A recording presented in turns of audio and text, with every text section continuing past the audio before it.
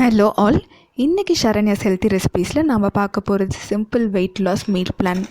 நீங்கள் weight loss try பண்ணுறீங்க, ஆனால் எங்கேருந்து ஸ்டார்ட் பண்ணணும்னு தெரியலையா? அப்போ இந்த வீடியோ உங்களுக்கு ரொம்ப யூஸ்ஃபுல்லாக இருக்கும். இதில் பேசிக் ஐடியா என்னென்னா, மார்னிங் 9 மணிலேருந்து நைட்டு 7 மணிக்குள்ளே உங்களோட சாப்பாட்டு வேலையெல்லாம் முடிச்சிடணும்.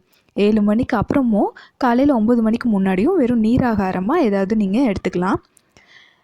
வாங்க வீடியோக்குள்ளே போகலாம். அதுக்கு முன்னாடி நம்ம சேனல் சப்ஸ்கிரைப் பண்ணாதவங்க மறக்காமல் சப்ஸ்கிரைப் பண்ணிக்கோங்க. கூடவே பெல் பட்டனையும் கிளிக் பண்ணிக்கோங்க. காலையில் எந்திரிச்ச உடனே 7 மணிக்கு என்ன சாப்பிட்லான்னு பார்த்தீங்கன்னா, டீ காஃபி இல்லைங்க, அது கண்டிப்பாக அவாய்ட் பண்ணணும். வெயிட் லாஸ் ட்ரை பண்ணுறவங்க டீடாக்ஸ் வாட்டர், அதோட ரெசிபி கீழே டிஸ்கிரிப்ஷன் பாக்ஸில் இருக்குது, லிங்க்கு அதை செக் பண்ணிக்கோங்க. அடுத்தது பிரேக்ஃபாஸ்ட்டுக்கு காலையில் 9 மணிக்கு ஓட்ஸ் மசாலா ஊத்தப்பம் எப்படி பண்ணுறதுன்னு பார்க்கலாம். அதுக்கு 1 கப் ஓட்ஸை நல்லா பவுட்ரு பண்ணி எடுத்துருக்கேன். அது ஒரு மிக்சிங் பவுலில் எடுத்துக்கிட்டேன். அது கூட 2 டேபிள் ஸ்பூன் ரவை, 2 டேபிள் ஸ்பூன் கடலை மாவு, 2 டேபிள் ஸ்பூன் தயிர், கொஞ்சம் தண்ணி விட்டு அதை நல்லா கரைச்சிக்கோங்க. கரைச்சி ஒரு 10 நிமிஷம் நல்லா மூடி வச்சுடுங்க. அது நல்லா ஊறிடும். 10 நிமிஷம் கழித்து நல்லா கெட்டியாக இருக்கும். இப்போ இது கூட நம்ம பொடியாக அரிஞ்சு வச்சுருக்க ஒரு வெங்காயம், கொஞ்சம் பச்சை மிளகா, கொஞ்சம் தக்காளி, கொத்தமல்லி தழை, ஜீரகத்தூள், மஞ்சள் தூள் இதெல்லாம் சேர்த்து தேவையான அளவு தண்ணி விட்டு தோசை மாவு பாத்திரத்துக்கு கரைச்சிக்கணும். இந்த மசாலா தோசை ரொம்ப டேஸ்டியாக இருக்கும். இப்போ ஊற்றுறதுக்கு கொஞ்ச நேரத்துக்கு முன்னாடி கொஞ்சம் பேக்கிங் சோடா சேர்த்துக்கோங்க. இப்போ ஒரு பேனை ஹீட் பண்ணிவிட்டு, நான் நான்ஸ்டிக் தவா எடுத்திருக்கேன். ஸோ ஆயில் யூசேஜ் கம்மியாக யூஸ் பண்ணிக்கலாம். அதில் கொஞ்சம் ஒரு கரண்டி மாவை ரொம்ப தொலைவாமல் லைட்டாக கொஞ்சம் மொத்தமாகவே போட்டுக்கோங்க. நல்லா மூடி வச்சு ஒரு சைடு வேக விடுங்க. திருப்பி போட்டு ஒரு 2 நிமிஷம் வேக விட்டு எடுத்துட்டிங்கன்னா உங்களோட ஓட்ஸ் மசாலா தோசை ரெடி. இதை தொட்டுக்க கொஞ்சம் தயிர் போதும், ரொம்ப டேஸ்டியாக இருக்குங்க. 2 தோசை மட்டும் எடுத்துக்கலாம். அடுத்தது மார்னிங் 11 மணிக்கு ஒரு ஆப்பிளோ இல்லை உங்களுக்கு பிடிச்ச ஏதாவது ஒரு ஃப்ரூட்டோ எடுத்துக்கலாம். அடுத்தது உங்களோட லஞ்சை 12லேருந்து 1 மணிக்குள்ளே முடிச்சிருங்க. சிம்பிளான ஒரு லஞ்ச் மெனு எப்படி பண்ணுறதுன்னு பார்க்கலாம். அதுக்கு கீரை பருப்பும் கொஞ்சம் ஸ்டிர் ஃப்ரைடு கேபேஜும் பண்ண போகிறேன். கீரை பருப்புக்கு ஒரு கடாயை எடுத்து ஹீட் பண்ணி அதில் கடுகு, உளுத்தம்பருப்பு, ஜீரகம், வெங்காயம், கொஞ்சம் பூண்டு, அப்புறம் தக்காளி இதெல்லாம் போட்டு தாளிச்சிட்டு, அப்புறம் நான் வெந்தயக்கீரை ஆட் பண்ண போகிறேன். 1 கப் கீரையை நல்லா கழுவி வச்சுருக்கேன். அதை ஆட் பண்ணி 2 பச்சை மிளகா சேர்த்துட்டு நல்லா அதை வேக விட்டுறேன். ஒரு 5 நிமிஷத்தில் நல்லா கீரை வெந்துடும். டெய்லியும் ஒரு கீரை சேர்த்திக்கிறது ரொம்பவே நல்லது. அதில் இருக்க மல்டி விட்டமின்ஸ், அயன் கண்டென்ட் நம்ம பாடிக்கு ரொம்ப தேவை.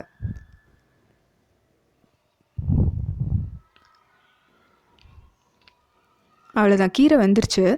இப்போது நான் 1 கப் துவரம் பருப்பை ஆட் பண்ணி வச்சுருக்கேன். டெய்லியும் ஒரு பருப்பு சேர்த்திக்கணும் இல்லையா, அதனால ப்ரோட்டீன்ஸ் அதுலேருந்து நமக்கு கிடைக்கிது.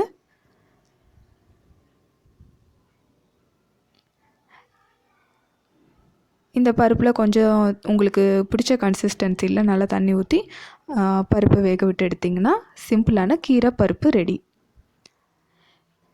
இந்த வெயிட் லாஸ் மீலில் நான் ரொம்ப கம்மியாக தான் இந்த மசாலாஸ் எல்லாம் யூஸ் பண்ணியிருக்கேங்க. இப்போ அடுத்தது ஸ்டிர் ஃப்ரைடு கேபேஜ் எப்படி பண்ணுறதுன்னு பார்க்கலாம். முட்டைக்கோஸ் ஸ்டிர் ஃப்ரை. அதுக்கு ஒரு பேன் எடுத்து கொஞ்சம் ஆயில் விட்டு முட்டைக்கோஸை நீளமாக கட் பண்ணி வச்சுருக்கேன். அதை ஆட் பண்ணிக்கிறேன். அது கூட கொஞ்சம் கேரட்டையும் ஆட் பண்ணிக்கிறேன்.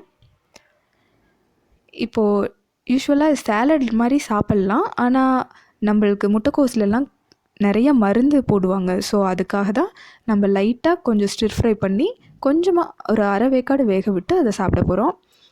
இது கூட லைட்டாக உப்பு போட்டு அப்புறம் சில்லி ஃப்ளேக்ஸ் போட்டு கொத்தமல்லி தூவி இறக்குனிங்கன்னா உங்களோட ஸ்டிர் ஃப்ரைடு முட்டைக்கோஸ் ரெடி. நாம் எப்பவுமே ரைஸை விட அதிகமாக பருப்பும் வெஜிடபிள்ஸும் டெய்லியும் ஃபுட்டில் நம்ம சேர்த்திக்கணும்.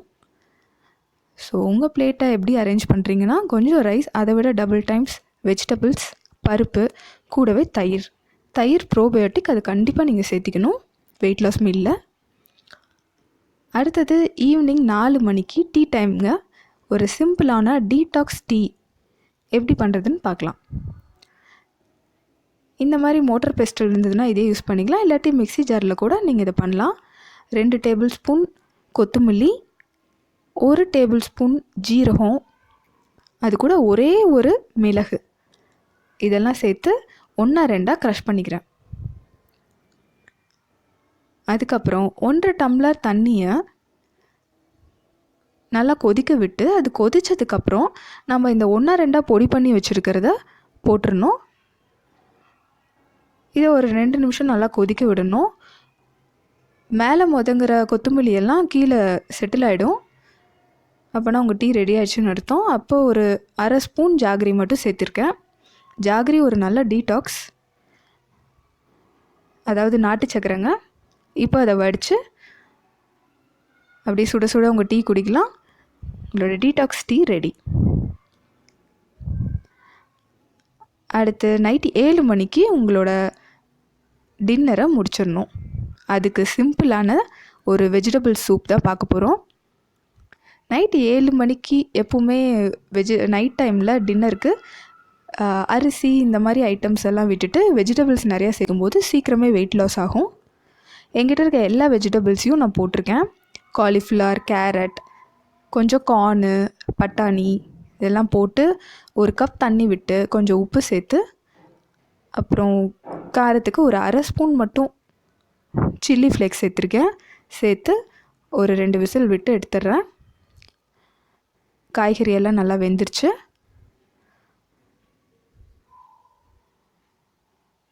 இது கூட நான் ஒரு 2 டேபிள் ஸ்பூன் கார்ன்ஃப்ளவரை தண்ணியில் கரைச்சி வச்சுருக்கேன், அதையும் ஆட் பண்ணிக்கிறேன். ஸோ உங்கள் சூப் கொஞ்சம் நல்லா திக்காக இருக்கும்.